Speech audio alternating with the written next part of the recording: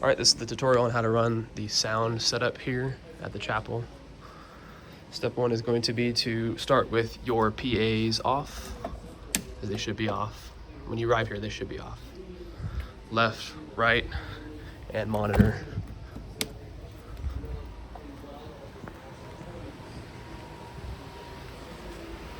Take note of this order of operations here. Speakers are off.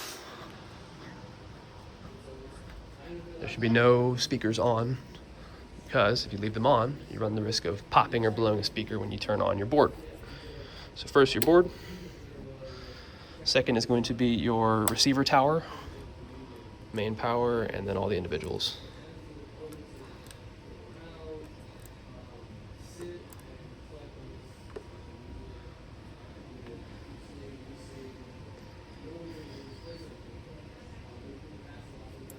All right.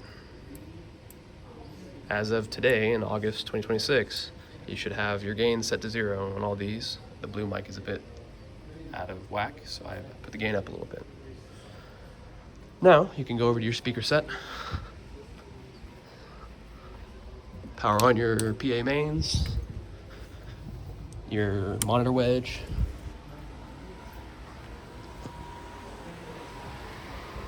and the right side. Go ahead and face these to the center.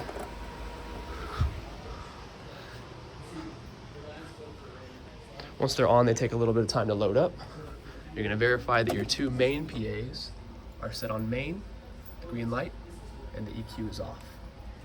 Go ahead and face it to the center. Verify that on speaker left and speaker right. Come over to your stage monitor. Verify that it is set to monitor. Self-explanatory. Now you can come back over here to your board. What you're going to do is you're going to probably start with everything off and down. You're going to turn on your mains. That's your PA speakers. You can come over to the FX return. Go ahead and turn that on as well as your reverb. Put it at unity for now. And then you're going to do a sound check, piece by piece. You can go left to right, instruments to vocals, however you see fit. Basically have some person play or sing their part in context. Don't let them just speak into it. Don't let them whisper into it. You want a full dynamic performance in order to get a good level out of them. So, for sake of example, we're going to do so on the blue mic. Blue mic check. Oh, you're going to turn it on first. Bring the slider up to unity. This is where you will start. Bring the mic to your face. You're going to hear you have a lot of reverb. So you're going to back off your reverb. You do check, 1, 2, check. Say the gain setting on this was off. So we got no input or low input. If you see the input is below unity, you're going to rise your gain. Obviously you do this as the person is speaking. When you brought the gain to unity, touching 0, occasionally touching 0, sometimes going above it is fine. 1, 2, check, 1, 2, check, check. 1, 2, check, mic check. 1, 2, check, check, 1, 2. Okay, we're touching unity there. So now we're going to go down the knobs of the channel to give you a run through of how you can affect it. Starting all the way at the top of the blue channel, you're going to see you have two buttons, pad and HPF. HPF will stand for high pass filter. The high pass filter tapers off the highest edge of your frequency spectrum, getting rid of any hissing sounds. So you have someone speaking through the mic and it sounds super high pass. Pretty standard to leave it on for vocal mics. Keep it off for anything instruments. The pad should only be used as you initially set up your gain. As I told you, your gain, the concept of gain begins at the person. The person speaking into the mic gives a dynamic performance. This dynamic performance will go into this receiver, which the gains are set to a certain number, as they should be. They then feed into the gain knob at the top, then to the volume fader at the bottom, then to the main house fader on the right. You want to set your gain in that order of operations. If you can tell the person, hey, sing louder, sing softer, do so. If they can't control that in their performance, make sure that their gain is set properly over here to be well within or well under per their performance. Another tool you can use to help yourself mastering, overcoming problems with gain is this comp knob here. Or sorry, I was talking about the pad first. Let's talk about the pad. If it's just absolutely too hot and you have your gain all the way at 0, hit the pad. Otherwise, leave the pad off. Now, say you have someone who speaks really dynamically. They whisper, and they speak really loud. Comp will be your friend. So you're going to see here at comp 0, you can't really hear my whisper in the mic. But if I'm really loud, it comes out really loud. Compression brings your smallest smalls and your biggest bigs to kind of the middle. You can't really go wrong with a one knob compression. Straight up and down. So now you can hear my whisper. You can hear my whisper loud. And my shouting isn't going to break the speakers. Compression is very useful for vocals. Not so useful for electric guitar keyboard. You can also use it on your acoustic guitars, as people strum quietly and louder as the song goes on. Okay, so now going down, right on down the line, bring it to the EQ section. You have 4 knobs. The high frequencies, the mid frequencies select, the mid frequencies, and the low frequencies. You'll see traditionally for a speaking or singing person, you kind of want to raise the highs up a little bit. The mids you can cut out to leave space. So you can, that's this third knob here. So you kind of, you array them so that they're not laying on top of each other. I have one unity, cut, boosted, and all at differing frequencies. So just kind of splay them out in this 1K array right here. Don't go any super high, don't go super low, and don't go very drastic with your EQs. Lastly, on the lows, you'll see lows on the voice should be cut mostly for vocals to leave space in the PA. The pastor's mic has the low up to bring some warmth back in. That's fine depending on who's speaking. Trick with EQ is to make sure that you are cutting before you are boosting, and don't make any very drastic changes.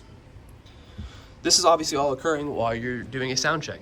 So you have your band singing in full context. Maybe you have a person singled out and sing something. Once your gain is set at the initial, do not touch your gain ever again. You should set it and forget it. In the event of an absolute emergency, you can mess with it, but don't mess with your gain once it's set. From there, mess with your EQ sparingly during the full performance. Mess with it as much as you want during the rehearsal. So from here, I'm going to show you how to control the monitor wedge. So I'm going to go ahead and turn off the house. We're going to say check, 1, 2. So now I have the house off, but you can still hear my voice through the monitor speaker on the floor, right? This is for the lead singer, the frontline singers who want to hear a bit of their voice and a bit of guitar. So to control that, you have 2 knobs really. The master for it all is this blue aux 1. So you hear my voice go out and back loud again. Usually leave this at the little gray arrow right there. Then the individual mixers to control what's coming through the monitor is aux 1, this first blue knob. So I can bring the blue mic into the wedge or out of the wedge. I can do so with any other of the channels as well. Different mics, different instruments. I heard talking. I thought it was from above. We'll see you Wednesday. Then we have the aux effects, this white knob here is how you're going to control your reverb, which is basically this module here. I left it at 8 because I like it. It's not very intrusive. You'll set the length of your reverb here. 1 knob, you can't really go wrong with it. Then you can control the level of it through your FX return. So I have some reverb in the blue mic, and we're going to hear it drastically. Let's bring the house back up. So we got the house back up, and there's a lot of reverb. Trick for reverb. Bring it to where you can only barely hear it, affecting your sound, and then dial it back a bit. Your reverb will compound as the entire band plays because they're all running through the same reverb. So be careful, if it sounds muddy or something like that, just pull it back ever so slightly. You can control who gets reverb through this white knob. Don't give the pastor any reverb. Give the vocals a good touch of it. Give the guitars a good touch of it. Do not put any on the electric or bass. You can give some to the keyboard, that's fine. Finally, at the bottom, you have the red knob, the pan button. The pan button messes with the placement of the sound in the stereo field. Your stereo field is created by two speakers, your left and your right house speakers. The way you want to play this is to have the important things in the center. Your lead singer, your pastor's mic, dead center. You're then going to look back at who's holding what mic and where they're standing in the line, and you're going to bring that mic over to where they're standing. So if you got green mic is standing on the left side, you're going to put him far on the left to make it appear as the music is coming naturally out of the speakers. For things like the acoustic guitar, if you have two of them, put them left and right of each other. Keys, since it's one thing, middle. Electric guitar, depends on who's playing, depends on how loud the amp is. Usually you can leave it unity, or you can pan it away from where the guitarist is standing to get a wider stereo field. So like today, the guitar amp is over there.